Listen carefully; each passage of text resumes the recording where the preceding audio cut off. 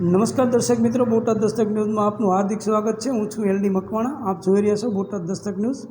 હવે પછીના સમાચાર વિગતવાર। ખેતરમાં ઘાસચારો લેવા ગયેલા દલિત યુવકની ગોળી મારી હત્યા। 22 વર્ષનો દલિત યુવક ખેતરમાં ઘાસચારો લેવા માટે ગયો હતો। એ દરમિયાન અજાણ્યા હુમલાખોરોએ તેને ગોળી મારી દીધી હતી। જાતિવાદ અને ગુનાખોરી માટે કુખ્યાત યુપીમાં વધુ એક દલિતની હત્યા થઈ છે। અહીંના સરહાનપુરના તિત્રો પોલીસ સ્ટેશન વિસ્તારમાં આવતા વારસી ગામમાં એક 22 વર્ષના દલિત યુવકની ગોળી મારીને હત્યા કરી દેવાઈ છે।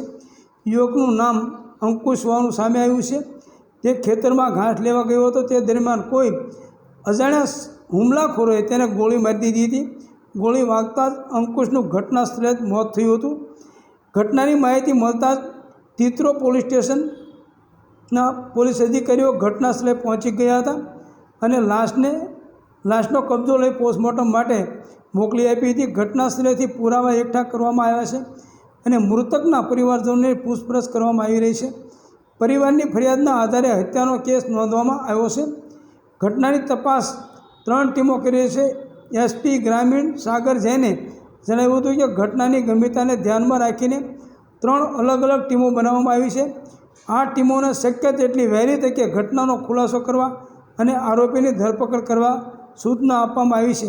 તેમણે કહ્યું કે પ્રાથમિક તપાસમાં આ કેસ જૂની દુશ્મનાવટ સાથે સંબંધિત હોઈ શકે છે, પરંતુ તમામ પાસાઓની તપાસ કરવામાં આવી રહી છે। પોલીસ નજીકના સીસીટીવી કેમેરાના ફૂટેજની તપાસ કરી રહી છે અને ગ્રામજનોની પણ પૂછપરછ કરવામાં આવી રહી છે। આ તરફ અંકુશની હત્યાના સમાચાર મળતા જ ગામમાં હોબાળો મચી ગયો છે। તેના પરિવારજનો રોઈ રોઈને બેહાલ થઈ ગયા છે। પોલીસનું કહેવું છે કે ટૂંક સમયમાં આરોપીઓને પકડી લેવામાં આવશે અને ઘટનાનો ખુલાસો કરવામાં આવશે। Botad Dastak news, LD Makwana, Botad.